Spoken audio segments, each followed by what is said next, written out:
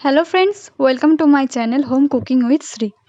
আজ আবারও একটা ফ্রুট জুসের রেসিপি নিয়ে চলে এসেছি। আজ করেছিলাম তরমুজ দিয়ে জুস। তো তার জন্য কিছুটা তরমুজ আমি কেটে নিয়েছিলাম, আর এই তরমুজগুলো থেকে লাল অংশটাকে বার করে নিয়েছি, আর বাকি পিছনের অংশটা ফেলে দিয়েছি। আর যতটা পেরেছি বীজগুলোকে বাদ দেওয়ার চেষ্টা করেছি, কারণ বীজগুলো থাকলে মুখে লাগলে খেতে ভালো লাগবে না। তারপর যতটা পেরেছি ততটা ছোট করে কেটে নেওয়ার চেষ্টা করেছি তরমুজগুলোকে, আর কাটা তরমুজগুলোকে আমি ভেজিটেবল চপারে ভরে দিলাম। আপনি চাইলে গ্রাইন্ডারে করে নিতে পারেন।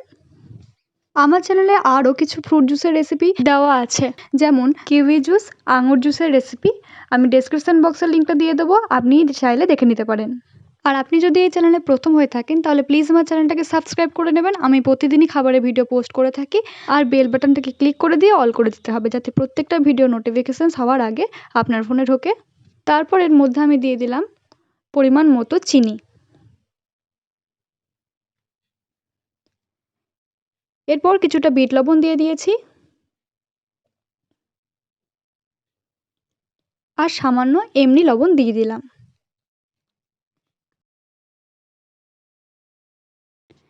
একটু লেবুর রস দিয়ে দিলাম। নিয়েছি 5-6টা মতো পুদিনা পাতা। আপনার কাছে থাকলে এটি ব্যবহার করে নিতে পারেন, আর যদি না থাকে তাহলে কোনো অসুবিধা নেই। আর কিছুটা জল দিয়ে দিলাম।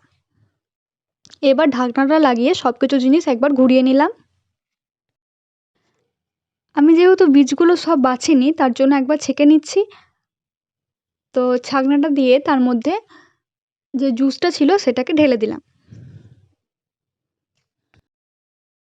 কাঁচের গ্লাসে এটাকে নামিয়ে নিলাম।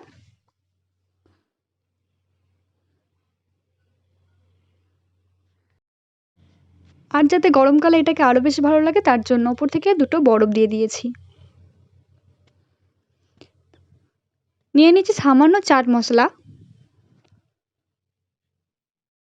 কিছুটা তরমুজ আমি ছোট ছোট করে কুচি কুচি করে কেটে নিয়েছিলাম, সেগুলো উপরে দিয়ে দিলাম।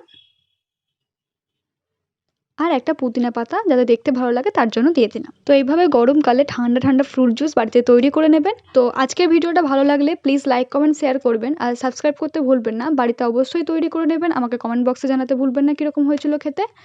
তো আজকের জন্য এইটুকুই, দেখা হচ্ছে পরের ভিডিওতে নতুন একটা রেসিপি নিয়ে।